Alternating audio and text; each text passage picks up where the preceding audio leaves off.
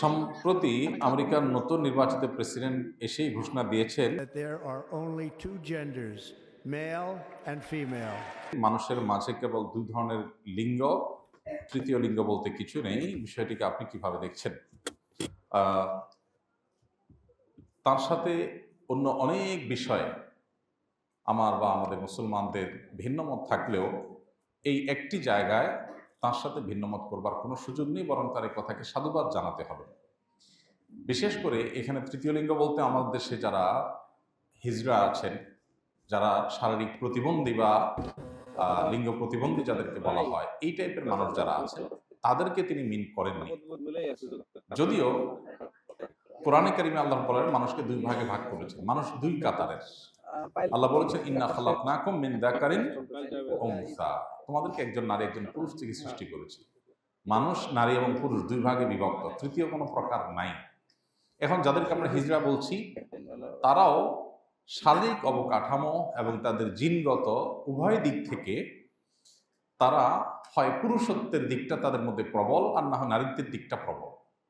তো নারীত্ব বা পুরুষত্ব যে কোনো একটা যখন প্রবল হবে তখন তাকে সেই ক্যাটাগরির ধরে তার ট্রিটমেন্ট এবল হলে ট্রিটমেন্ট করে তাকে চিকিৎসা করে পূর্ণাঙ্গভাবে তিনি যেইটার দিকে প্রবল সেই পরিচয়ে তাকে পরিচিতি করা, তার সেই পরিচিতিকে এস্টাবলিশ করা, এটা হলো শরিয়ার নির্দেশনা। আল্লাহ রাব্বুল আলামিন কোরআনে কারিমে বলেছেন শয়তানের যে এজেন্ডাগুলো, এর ভিতরে একটা হলো শয়তান আল্লাহ সৃষ্টিতে পরিবর্তন করে ফেলতে চায়। পৃথিবীতে যৌন যে বিকৃতি, এটার যত রূপ আছে এর মধ্যে থেকে একটা হলো সমকামিতা। এটাকে প্রতিষ্ঠা করবার জন্য ট্রান্সজেন্ডার, তারপর তথাকথিত রূপান্তরকামী, এরকম নানাবিধ শব্দ দিয়ে সমকামিতাকে সমাজে প্রতিষ্ঠা করার একটা অপচেষ্টা কিছু মানুষ লিপ্ত। গোটা পৃথিবীতে, পশ্চিমা দুনিয়াতে বিশেষ করে, এমনকি আমাদের দেশেও মনে হবে মানবাধিকারের মধ্যে আর কোনো জিনিস এর চাইতে সিরিয়াস নাই, এর চাইতে জটিল জটিল ইস্যু। এদেশে শুধু থ্যালাসেমিয়ার রোগী আছেন বহু হাজার হাজার, যাদের অধিকারের জন্য নিয়মিত যাদের রক্ত দিয়ে যেতে হয়, তাদের সে রক্ত দেওয়ার ব্যবস্থা করবার জন্য, তাদের ট্রিটমেন্টের জন্য, এটা নিয়ে কাউকে আন্দোলন করতে দেশে সেরকম দেখা যায় না। কিন্তু দেখা যায় এই সমকামিতা করতে চায় কেউ সেটার অধিকার আদায় করার জন্য। এই মানব সমাজে বিকৃতি যারা ছড়াতে চায় এরা মানব সভ্যতার সবচেয়ে বড় শত্রু। মানব সভ্যতার অস্তিত্ব টিকে থাকার যে মাধ্যম সেটার তারা শত্রু। বিধায় এই জায়গা থেকে তার এই ঘোষণাটা একটা ঐতিহাসিক ঘোষণা। সন্দেহাতীতভাবে এই ঘোষণা পজিটিভ এবং ইতিবাচক। আমাদের দেশে এই বস্তা পচা সস্তা এবং পশ্চিমা শয়তানি এজেন্ডা যারা বাস্তবায়ন করার জন্য বিভিন্ন ফোরামে, বিভিন্ন জায়গায় ট্রান্সজেন্ডার ইত্যাদি প্রবেশ করাচ্ছে, তাদের এই শয়তানিগুলো অন্তত এখন থামা দরকার এবং আমাদেরও সোচ্চার হওয়া দরকার। যেখানে আমরা এই অনাচার দেখব সেখানে প্রতিবাদ করব। পশ্চিমারা যে এখন এগুলোর বিরুদ্ধে বলছে, এটা অবশ্য সাদে বলছে তা না।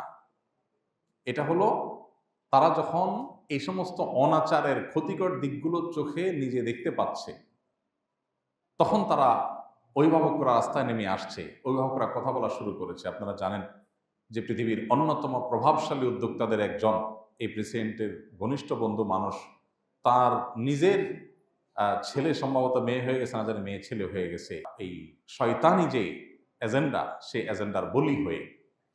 তো যখন পরিবারে এসে আঘাত পড়েছে তখন তারা আঁচ করতে পেরেছে যে তারা কি সর্বনাশ করেছে।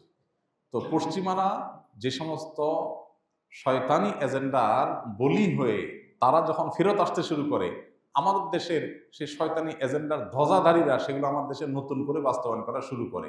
পুরান পাগল যখন তওবা করে, নতুন পাগল নতুন করে সেটার আমদানি করে। এগুলো আমাদের অবস্থা। তো এগুলোর বিরুদ্ধে সামাজিকভাবে প্রতিবাদ, প্রতিরোধ, আন্দোলন, সংগ্রাম এবং প্রচেষ্টা আমাদের চালিয়ে যেতে হবে, কোনোভাবে যাতে এই দেশে সেই শয়তানি কাজ কেউ করতে না পারে। বড় রাজনৈতিক দলগুলোকে নানাবিধ চাপ দিয়ে, প্রেশার দিয়ে আমাদের পাঠ্যপুস্তকে, নির্বাচনী ইশতেহারে বিভিন্নভাবে এই মুখরোচক অনেক শব্দ দিয়ে, জেন্ডার ডাইভার্সিটি, এই জাতীয় অনেক শব্দ দিয়ে, শব্দের মারপ্যাচ দিয়ে এই সমস্ত শয়তানিগুলো আমাদের সমাজে ঢুকাই দেওয়া হচ্ছে। বলা হচ্ছে যে রেইনবো প্রজন্ম গড়ে তোলা হবে। রেইনবো প্রজন্ম মানে কি? এই যে 6 কালারের সমকামীদের যে আপনার সিম্বল, সেটাকে প্রতিষ্ঠা করার জন্য এই রেইনবো প্রজন্মের কথা বলা হচ্ছে।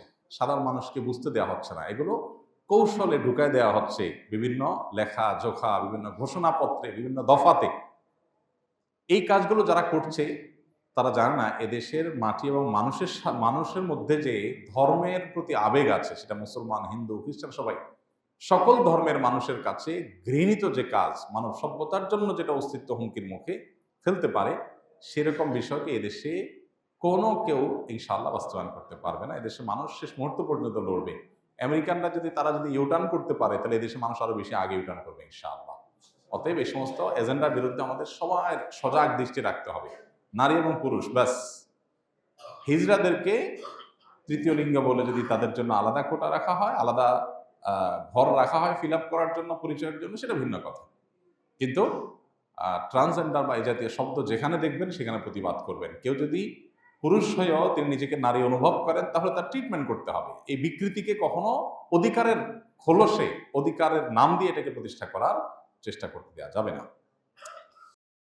আসুন্নাহ ফাউন্ডেশন, উম্মার স্বার্থে সুন্নাহর সাথে।